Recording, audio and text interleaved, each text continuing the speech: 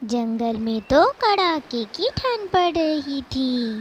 सारे पक्षी अपने अपने घरों में बैठे थे। वहीं एक जंगल में गरीब चिड़िया का परिवार रहता था। चिड़िया और उसका पति और उसकी एक छोटी बेटी थी। चिड़िया का पति जंगल में लकड़ी काटने का काम किया करता था। एक दिन वह पहुँचता है। अजी, इस बार तो बड़ी ही कड़ाके की ठंड पड़ रही है। अगर आपके काम से थोड़े पैसे बच जाएं तो हम अपनी बेटी लाडो के लिए कुछ गर्म कपड़े खरीद लेंगे। हमारी बेटी तो इस बार जाड़े में नए कपड़े भी नहीं ले पा रही है। हाँ लाडो की मम्मा, आप एकदम ठीक कह रही हैं। लेकिन मैं भी क्या करूँ। मैं दिन भर तो काम करता हूँ लेकिन पैसे इतने कम मिलते हैं कि ज़्यादा पैसे बचत ही नहीं हो पा रहे हैं। मुझे भी अपनी बेटी की बहुत चिंता है कि इस ठंडक में मेरी बेटी कैसे रह पाएगी।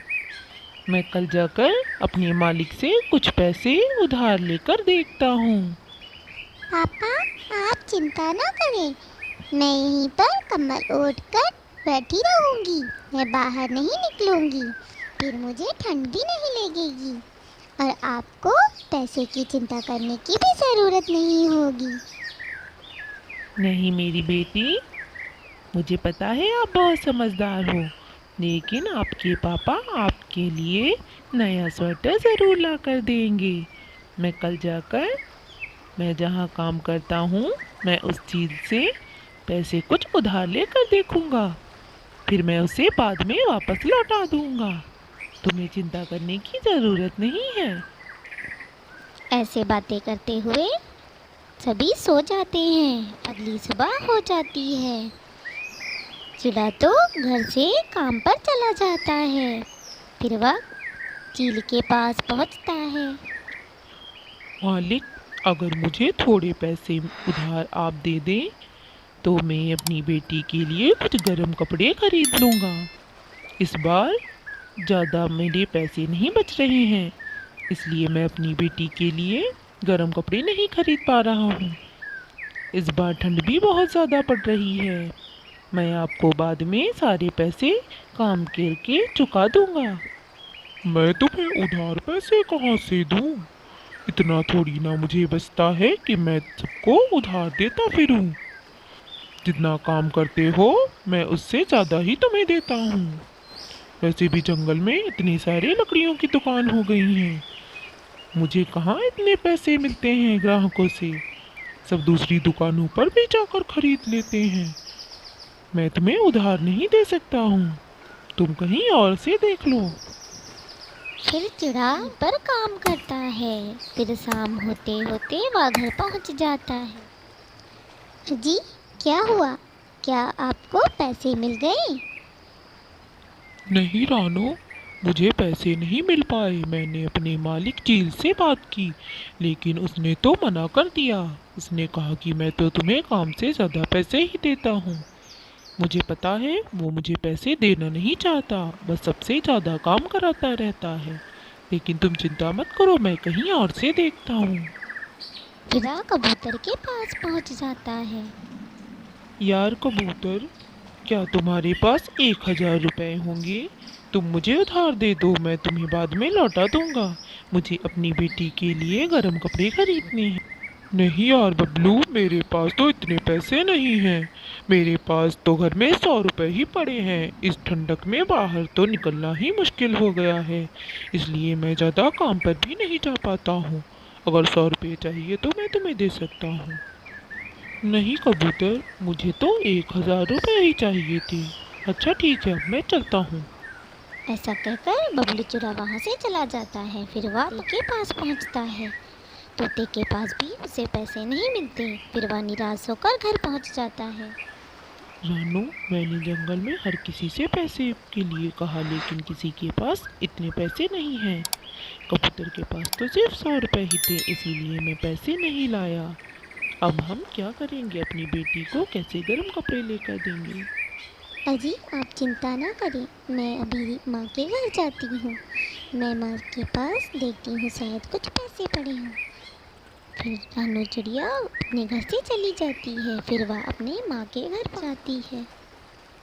माँ, मैं आपके पास अपनी कुछ मदद लेने आई हूँ।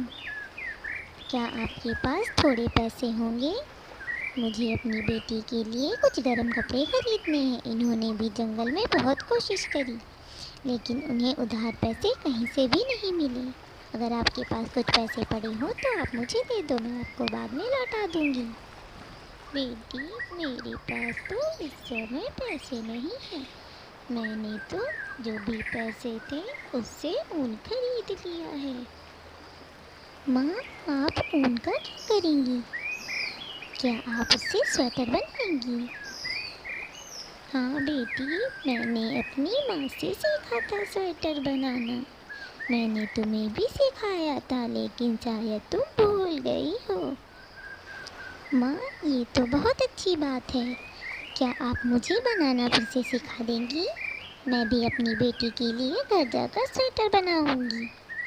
हाँ बेटी, क्यों नहीं, मैं तुम्हें ज़रूर सिखाऊंगी। मैं तुम्हें जैसे बताती जाती हूँ तुम वैसे ही करती जाना और ध्यान देकर सीखना, फिर तुम तुरंत ही सीख जाओगी। बहुत ही आसान है।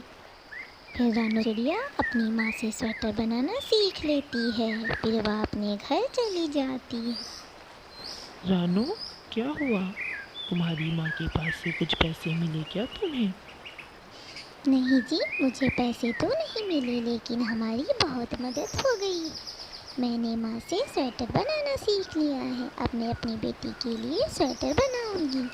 आप कल बाजार से आते वक्त ऊन लेकर आना और 2 सिलाइयाँ भी। मैं घर पर ही अपनी बेटी के लिए स्वेटर बनाऊंगी और आपके लिए भी। फिर अगले दिन बबलू चिड़ा घर आते समय ऊन लेकर आता है और सिलाइयाँ भी। फिर चिड़िया स्वेटर बनाना शुरू करती है और कुछ समय में ही स्वेटर बना हो जाता है। पापा, देखो तो मम्मा ने कितना अच्छा स्वेटर बनाया है मेरे लिए। इसमें तो मुझे जाड़ा भी नहीं लग रहा। मुझे तो बिल्कुल भी ठंडक महसूस नहीं हो रही है। मुझे इसे पहनकर बहुत गर्माहट लग रही है। मैं तो बहुत खुश हूँ। हाँ रानू, ये तो बहुत अच्छा है। देखने में भी कितना सुंदर लग रहा है। ऐसा लगता है कि जैसे हम बाजार से लेकर आए हों। बबलू चिड़ा की ये बात सुनकर रानू चिड़िया के मन में एक विचार आता है। फिर वह अपने पति से कहती है, अजी, क्यों ना मैं ढेर सारे स्वेटर बुनकर जंगल में बेचना शुरू कर दूं। इससे हमारी गरीबी भी दूर हो जाएगी और जंगल के पक्षियों को ठंडक से बचाव भी हो जाएगा। हाँ रानू, तुम ठीक कह रही हो। मैं अभी जाकर ऊन लेकर आता हूँ। फिर तुम रात भर में ढेर सारे स्वेटर बना लेना। फिर कल तुम जंगल में बेच देना। फिर अगला दिन हो जाता है। रानू चिड़िया ने तो रात भर बैठकर ढेर सारे स्वेटर बुन लिए थे। फिर वह उसे एक पेड़ पर बैठकर बेचने लगती है। तभी वहाँ पर मिट्ठू तोता आ जाता है। अरे चिड़िया, ये क्या बेच रही हो तुम? ये स्वेटर तुम्हें कहाँ से मिले? मिट्ठू भैया, इसे मैंने खुद अपने हाथों से बुना है। मैंने अपनी माँ से सीखा है बनाना। आपको अच्छा लगा तो आप ले सकते हैं। बस 300 रुपये का है। इसमें आपको ठंडक भी नहीं लगेगी। हाँ चिड़िया, मुझे एक स्वेटर दे दो। ठंडक भी बहुत बढ़ गई है। मैं अभी पहन कर देखता हूँ। फिर मिट्ठू तोता चिड़िया से एक स्वेटर खरीद लेता है। मिट्ठू तोता उसे पहनकर देखता है। उसे अब उस स्वेटर पहनकर बिल्कुल भी ठंडक नहीं लग रही थी। चिड़िया, ये तो बहुत अच्छा है। मुझे तो बिल्कुल भी अब ठंडक नहीं लग रही है। इसे पहनकर मैं कहीं भी जा सकता हूँ। अब मुझे काम पर जाने में भी कोई परेशानी नहीं होगी। तुमने तो ये बहुत अच्छा काम किया है। मैं अभी जाकर के कबूतर को बताता हूँ। मिट्ठू भैया, ये स्वेटर आप पर बहुत अच्छा लग रहा है, आप बहुत सुंदर लग रहे हैं।